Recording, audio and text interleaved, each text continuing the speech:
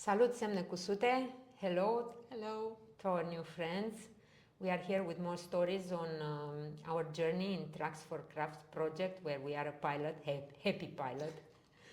And we are going to study and promote and teach European lace.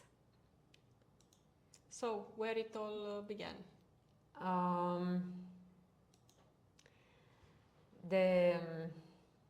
The idea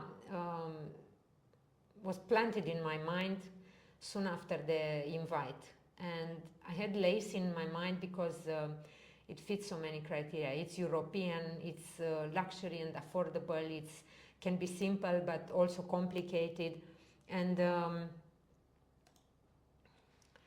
the beginning of the project was in Belgium, one of the houses of lace.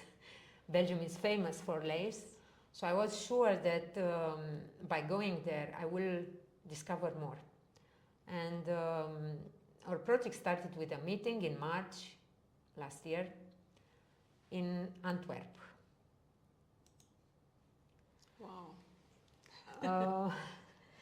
What do we have there? It's jewelries? Jewelries? No, it's not just jewelries. It's gingerbread houses. Okay. And I knew about it because I was there 1 year before for a responsible fashion series, also organized by the University of Antwerp, but I didn't take photos. I took some photos now to share with the community. Exotic houses, lots of diamonds, precious people.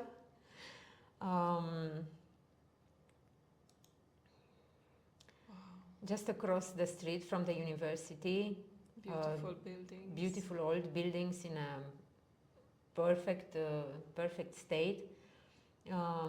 Somehow inspiring. I was very anxious to meet all the other colleagues from all the other countries, and wondering what's inside of these buildings. How does it feel inside? Entering the university yard, really, I promise, I felt like Harry Potter or Hermione going into the a fantasy Hogwarts. world. Yes, a fantasy world, because I couldn't imagine a university in such an old building and so well preserved. So this was the meeting room where we started our first presentations after we were introduced to each other. And for me, it was, first of all, it was impressive as an architect, yes, to see the structure, the wood, and the restoration and the great conditions, and I understand, these people really know how to respect craft and tradition. After the presentation, we had questions to each other to know each other better, and of course it's the same question always: how long does it take to make a Romanian blouse? Is it easy to learn from a beginner? Yes, and it can carry out messages beyond yeah, I'm from Romania and I'm happy to show you that. It's a fashion statement, and it can be somehow part of this slow fashion movement. So, you visited the air museum, the open air museum. Yes, another feast for my eyes.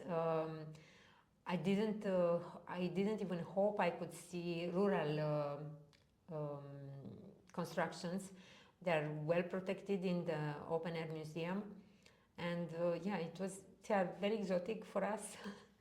And yet I was happy to see the roof made out of reeds, and also somehow famous wooden shoes. I was just looking into the window and wondering how do they resist to wear them, and what does it feel like to, I don't know, can you dance, can you walk, can you run? All these questions. It's always interesting to explore and to have a glimpse of other people's traditions, because you understand they had their their context, their resources, and they try to do the best. How actually the environment Shapes their- everything. Yeah. Yes, environment and history, of course. And then I took advantage to visit the fashion museum to see the famous lace. And I had so many photographs taken, but some interesting pieces caught my eyes because somehow they looked familiar and yet Yes. strange and yet familiar. I can see why. Why? Tell me why. I can see why the shapes are the tendency of bordering some textiles with these rounded shapes. It's something that's familiar. Yes, looks familiar with Romanian Yes. lace. So I was thinking... Maybe not so elongated, but... No, it's the same technique. But I was wondering back then, how could they look so similar if we are so far apart and not communicating? So I looked more, and this type of lace looks like my grandma's lace. Come on. And actually it's immediately after Renaissance Italy, right? Yes. Style. We don't know where exactly it was created, but the style is Italian. Yes. And why does it look so familiar for us? I was wondering. For sure, I knew I had to do research. Yes. To see more and understand more. But Wow. walking through through the museum, more and more familiar with us is the lace used to hold your shirt on your shoulders. We have similar ideas, similar fashion still in use on the Danube shores, in the villages still. And at the point between the sleeve and the shirt, you see there? Yes, but even Also more, laces. this looks so familiar because we are still doing this technique. Although it is displayed in a museum because the age of the shirt is 400-500 years, the technique is Still in use. Still in use in Romania, and we like it. We call it keys, little keys. And I started to get more and more hope, and I started to feel more and more confident that it's not going to be really a very difficult subject for us to, at least in terms of making it or reproducing it. But just reproducing an old technique without understanding the history is not education, right? Right. And our main activity is education, so we have to pass this stage of imitation and repeating Not gestures. Not only to understand how, but why. Why and where and when and who. Yes. And wow. the next step was directly from the museum was the internet, because the internet is full of resources if you have patience to browse properly. Yes. Yes, if you know what you're looking for. And I was looking for Italian style lace from 16th century. And I found amazing examples, not only in the Metropolitan Museum, but also in Victoria and Albert Museum in London. And I was thinking, when I saw this, I thought this is going to be one of our projects, to recreate this shirt. I was thinking, yeah, if we make this, we are already happy. If everybody involved into learning can make this, we are happy. Lace is not only for ladies, I think. No, I believe that... this is a men's shirt. This is a men's shirt, and it's not uncommon to see men's shirts adorned with huge and opulent laces. It was in fashion in the 15th, 16th century. And sign of status. Yes, definitely. Of wealth. Yes. Kings and nobility, and they were showing their ranks power. and their power. If you think at that time, were men wearing jewelries? Not so much. Some, but not so much.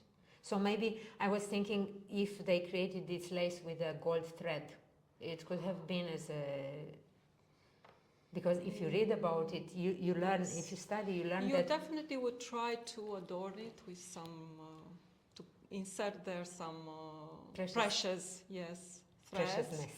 But yes, but the foundation and the work Is cotton. is more, yes, it's cotton. And it was linen and then at the cotton. beginning and then cotton because it's more resistant. So to this wear. is a men's shirt, Yes. ladies. This is a men's shirt.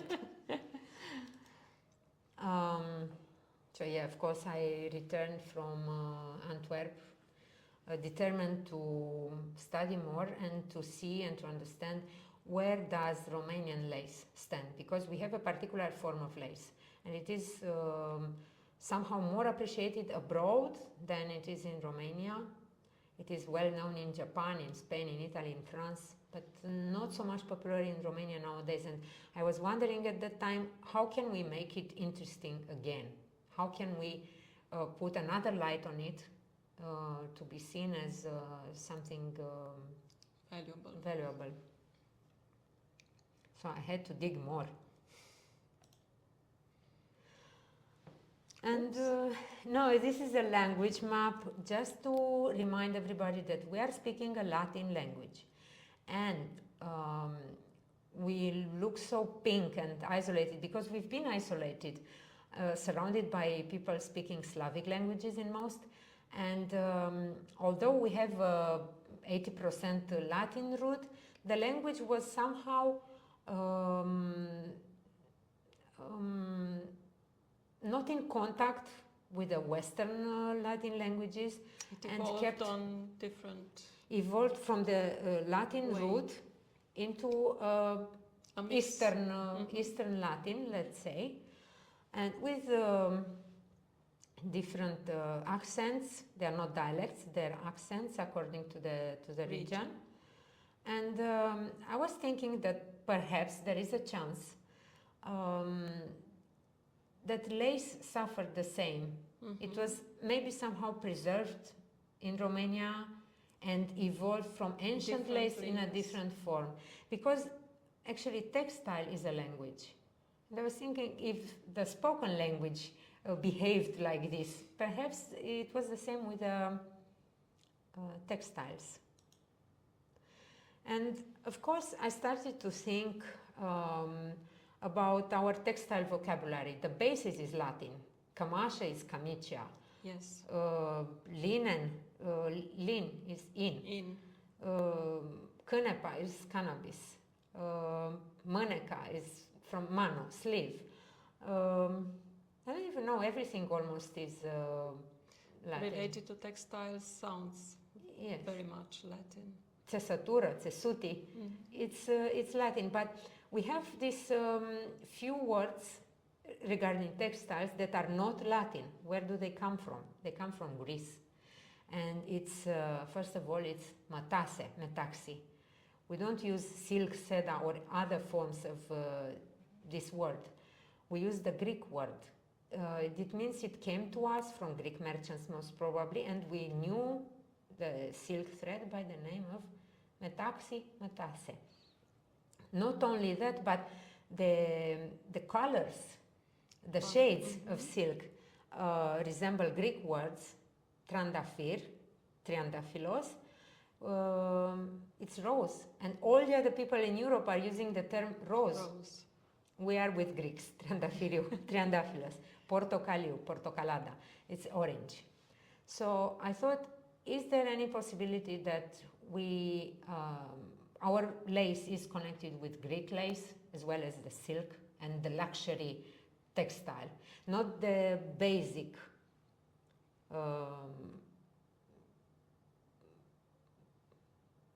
democratic textiles, but those affordable, but this one which is for the upper classes coming through trade. So I thought maybe we should explore. Yes, imagine you go to a merchant and you want to buy something, you have to know the word. So if the merchant tells you this is metaxi, you learn how to ask for matase. Matase.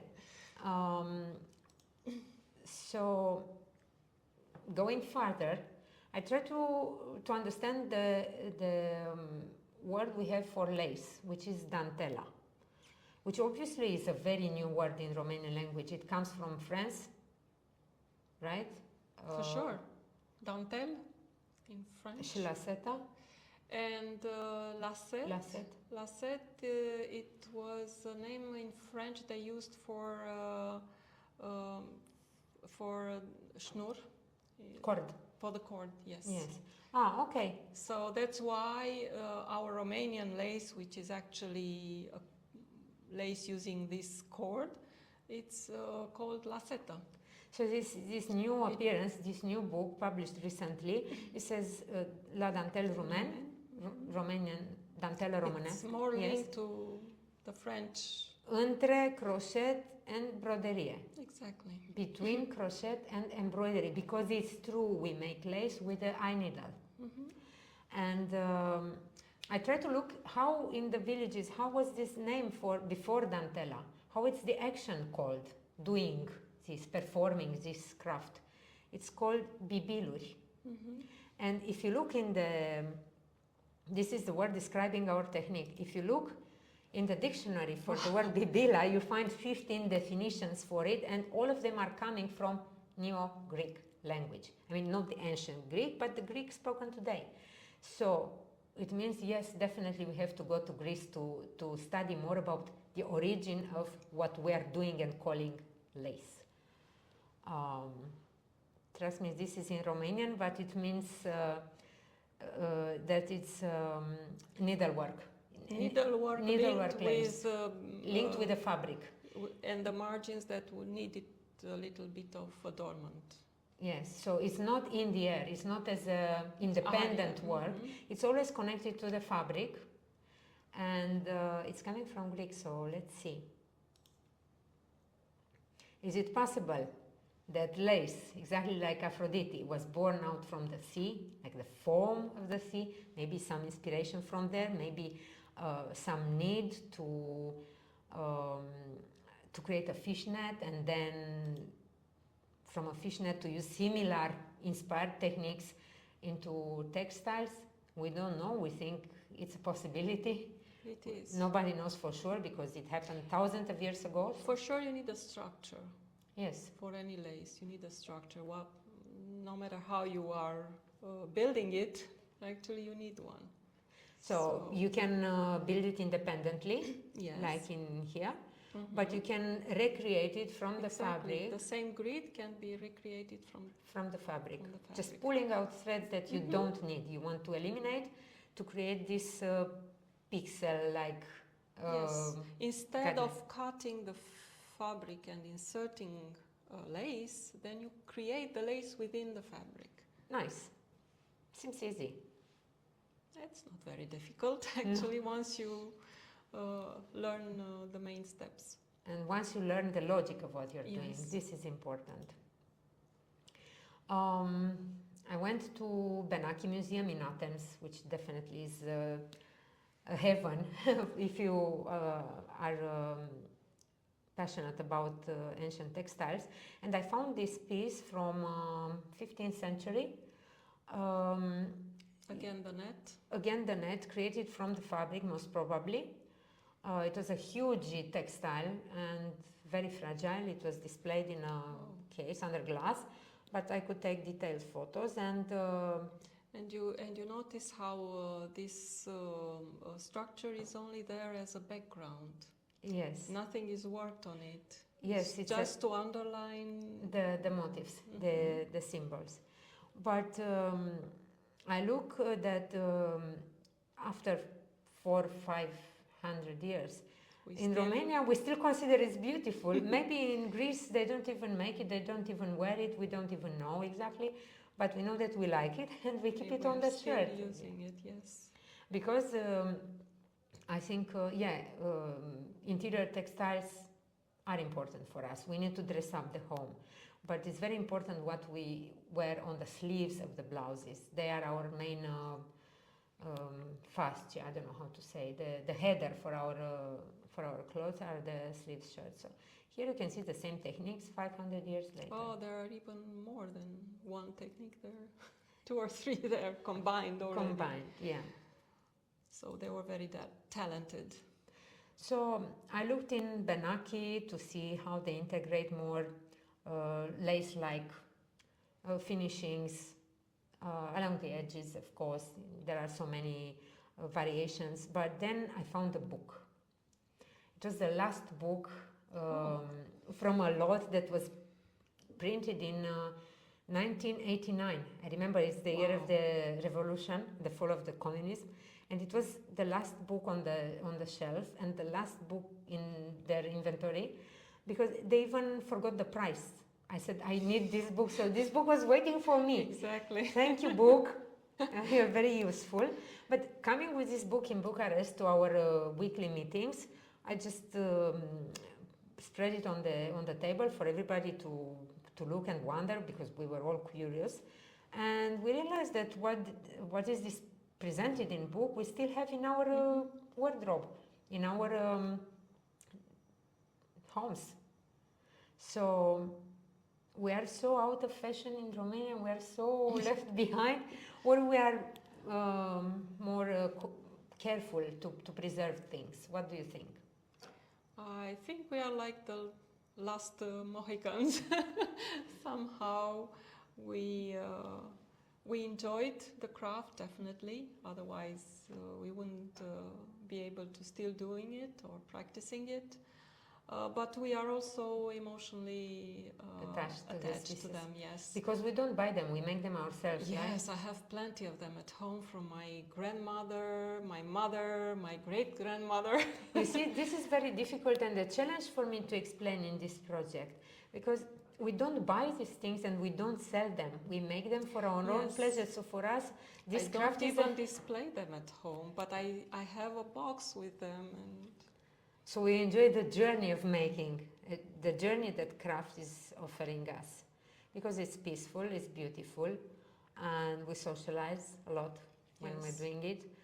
And I remember on my mother's time there was sort of a competition between the ladies that were gathering at her house with the models, which one was the most refined, and they were taking models one from another, and it was like a sort of competition. So for us, this kind of lace, although it is precious, it is displayed in museums, if you try to sell it in the market, it's maybe €1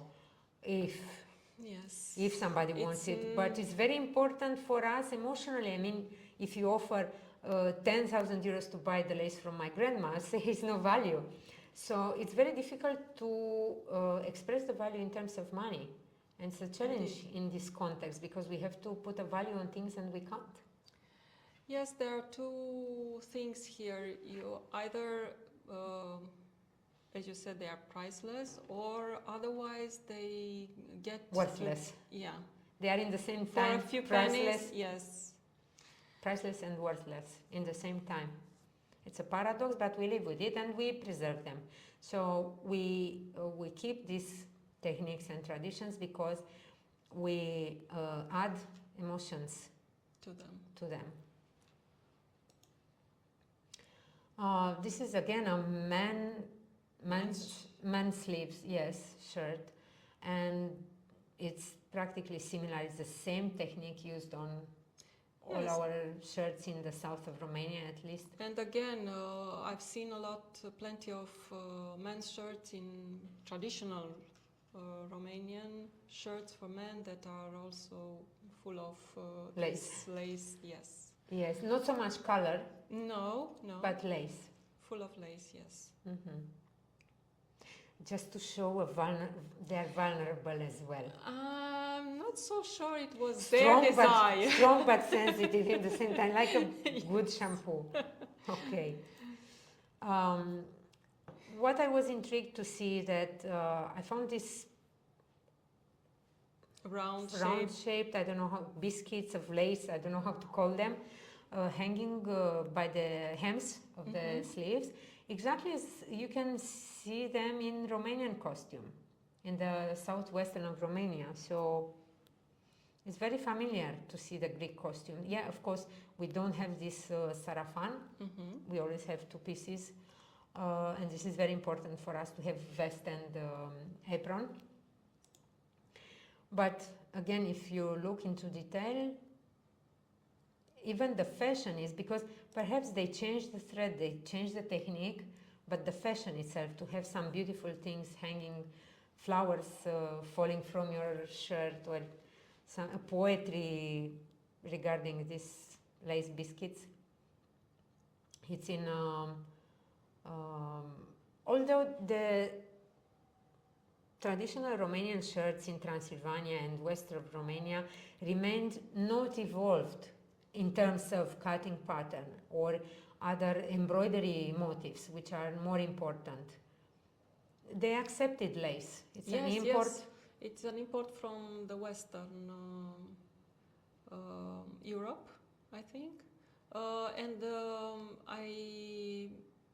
I think so because the name of the lace in those parts of Romania is Chipka, which comes from Hungarian, so it's clear which way. As in the south of Romania, it's Pipil. It's from Greece. Yes, exactly. Okay, interesting. In Transylvania, it's Chipka, which comes so from it's important to see what happened in Transylvania with the lace. And for me, I think that's the last image. This was when I left Benaki. I left with a wish and with a hope that I will be able to create something like this and wear it. It's a whole story about merchants, about angels. I don't know what it is here, but it looks like a story already. And it's all made of little knots. So the technique is very basic, archaic technique, yes, but taken to a state of art. And freedom of expression. I mean, you see, you get out of this grid. Yes, yes. You find more freedom to express yourself. And this is why I thought it might be even more interesting for our present days. It's very nice because it makes you think on how to build it. And again, we are, even if it's a freestyle, you still You have to plan it. Yes. Yes. From the foundation, actually. But talking about these little knots that we're doing with the needle, we have, I think, so many. If you look on YouTube, there are already so many playlists. Yes. How to make this type of Romanian lace. But this is lace that we use for home. Yes. It's interior textiles. We never wear such things. It's not well seen to wear this type of lace. At least in the beginning, they were not meant not. for wearing on us. It was for the house. It's like you'd wear a blanket on the street. You cannot wear the lace for the... But there are many techniques and many flourishings for you to enrich once you align this. But we will have classes for it. Yes. About everything. I wanted to point out that they're probably also very heavy because of that... thread. That cord, because it's very dense and it adds to the weight. And here we are in another attempt to dig and discover more in Transylvania, where the lace is called Chipka, right? So just making an announcement on Facebook led to many other, to a lot of enthusiasm because rural communities were proud to show they are still making lace, and they also have seen that someone brings it back to attention and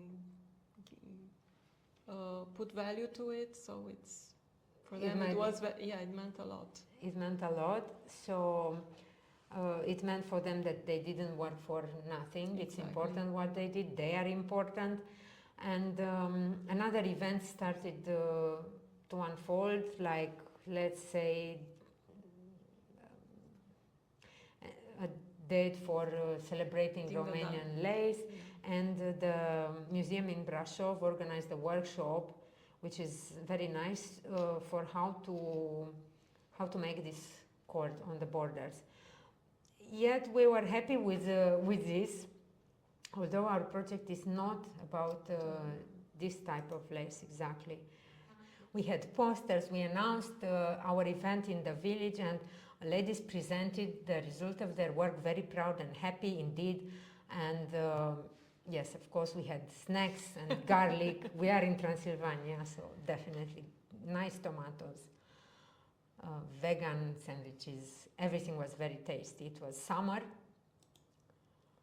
and children came, they danced, we admired the embroidery, yet it was not the lace we were looking for. It was made with a crochet, Yes. and it was not Romanian original lace. And it was more than surely they were made for home textile, Yes, because those lengths were not used for exactly. shirts. So we were happy to see ladies are still practicing crafts in their homes, but we had to return to this idea from the beginning, to Bebila. Back to the basics. Back to the basics.